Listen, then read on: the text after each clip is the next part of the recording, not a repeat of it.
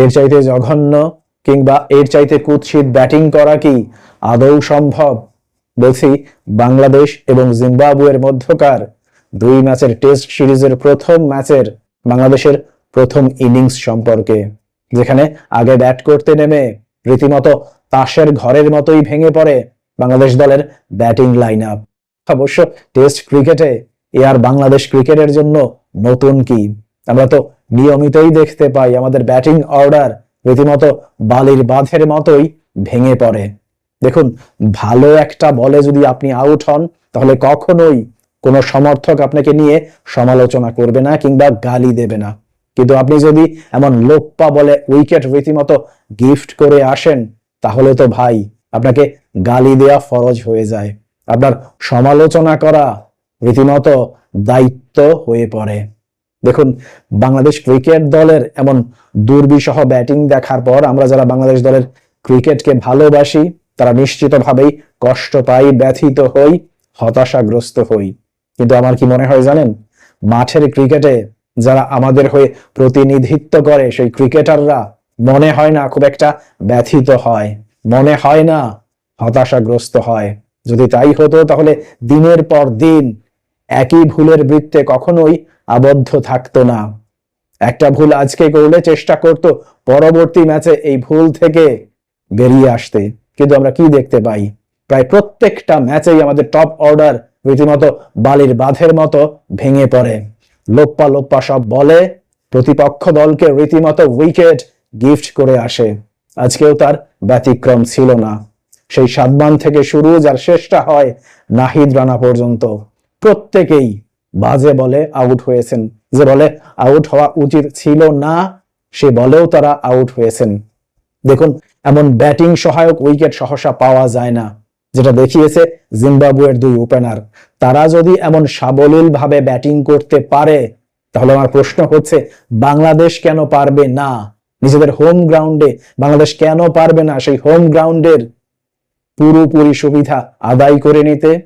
আমরা যদি আমাদের টপ অর্ডারের দিকে তাকাই, তাহলে কি দেখতে পাই? ক্রিকেটের প্রত্যেকটা সংস্করণেই আমাদের টপ অর্ডার নিয়মিতভাবে ব্যর্থতায় পর্যবসিত। এই টেস্টেও তার ব্যতিক্রম নয়। আমাদের 2 উদ্বোধনী ব্যাটার সাদমান এবং মাহমুদুল হাসান জয় দুজনেই অফ স্ট্যাম্পের বাইরের বলে আউট হয়েছেন। বিশেষ করে জয়ের কথা না বললেই নয়, এই বয়সে জয়সওয়াল কিংবা তিলক ভার্মা পৃথিবীর অন্যতম সেরা ক্রিকেটারে পরিণত হয়েছেন, আর আমাদের জয় এখনো বাংলাদেশ দলেই তার জায়গা পাকাপোক্ত করতে পারেননি। পারবেন কেমন করে? আপনি যদি নিয়মিত ভাবেই অফ স্ট্যাম্পের বাইরের বলে খোঁচা দিয়ে আউট হন, তাহলে ভাই আপনাকে দিয়ে কখনোই বড় স্বপ্ন দেখা সম্ভব না। আপনি বাংলাদেশের মধ্যেই আবদ্ধ থাকবেন, হয়তোবা নিয়মিত ভাবে ব্যর্থ হতে হতে একটা সময় বাংলাদেশ দল থেকেও বাদ পড়ে যাবেন। অন্যদিকে সাদমান দীর্ঘদিন ধরেই কিন্তু বাংলাদেশ জাতীয় দলের সঙ্গে রয়েছেন, কিন্তু এখনো পর্যন্ত সেই অর্থে বাংলাদেশ দলের অপরিহার্য অংশ হতে পারেননি। হবেন কেমন করে? আপনি যদি এমন অধারাবাহিক হন, তাহলে কখনোই বাংলাদেশ দলের অপরিহার্য অংশ হিসেবে পরিগণিত হতে পারবেন না। অবশ্য আপনাদের ভাগ্য ভালো, আপনাদের ভালো বিকল্প না থাকার কারণে এমন জঘন্য পারফরমেন্স করার পরেও দলে টিকে রয়েছেন। পরবর্তীতে দলীয় অধিনায়ক নাজমুল হোসেন শান্ত বেশ ভালো খেলছিলেন, কিন্তু যেভাবে আউট হয়েছেন, এইভাবে কি কেউ টেস্ট ক্রিকেটে আউট হয়? রীতিমতো ক্যাচ প্র্যাকটিস করিয়েছেন। আরে ভাই, আপনি কি ক্যাচ প্র্যাকটিস করানোর জন্য মাঠে গিয়েছিলেন নাকি দলকে বড় একটা ইনিংস গড়ে দেওয়ার জন্য গিয়েছিলেন? পরবর্তীতে আমাদের সবচাইতে অভিজ্ঞ ব্যাটার মুশফিকুর রহিম, যিনি প্রায়শই আয়না তত্ত্ব দিয়ে থাকেন।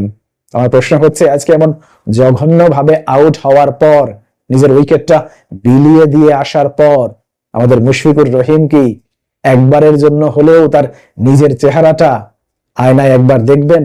কেমন কুৎসিত দেখায় এমন জঘন্যভাবে আউট হওয়ার পর। পরবর্তীতে মমিনুল হক শুরুতেই জীবন পেয়েছিলেন, যে কারণে সুযোগ ছিল এই জীবন পাওয়াটাকে ক্যাপিটালাইজ করে বড় ইনিংস খেলা। কিন্তু কিসের কি, তিনিও রীতিমতো উইকেটটা থ্রো করে আসলেন।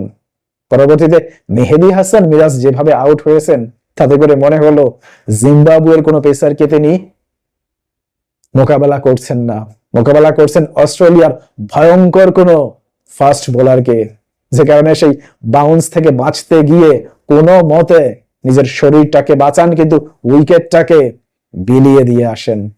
পরবর্তীতে জাকের আলীকে আসলে দোষ দেওয়ার কিছু নেই, যেহেতু আগের সকল ব্যাটারই বাজে বলে আউট হয়ে গিয়েছিল, তার উপর দায়িত্ব ছিল মেরে কিছুটা রান বৃদ্ধি করা, এবং সে লক্ষ্যে খেলতে গিয়েই এই বেচারা নিজের উইকেটটা বিসর্জন দিয়ে আসেন। এর বাইরে যারা ব্যাটিং করেছেন প্রত্যেকেই বোলার, সঙ্গত কারণেই তাদের আউট সম্পর্কে আলোচনা না করাই ভালো। কিন্তু প্রশ্ন হচ্ছে, এমন ভয়াবহ রকম ব্যাটিং ব্যর্থতা থেকে বাংলাদেশ কবে বেরিয়ে আসতে পারবে, নাকি আদৌ এই ব্যর্থতার বৃত্ত ভেঙে কখনোই বাংলাদেশ বেরিয়ে আসতে পারবে না? প্রিয় দর্শক, বাংলাদেশ দলের এমন জঘন্যতম ব্যাটিং নিয়ে আপনার কোনো মন্তব্য কিংবা মতামত থাকলে অবশ্যই তা কমেন্ট বক্সে লিখে জানান। ভালো থাকবেন সবাই, আল্লাহ হাফেজ।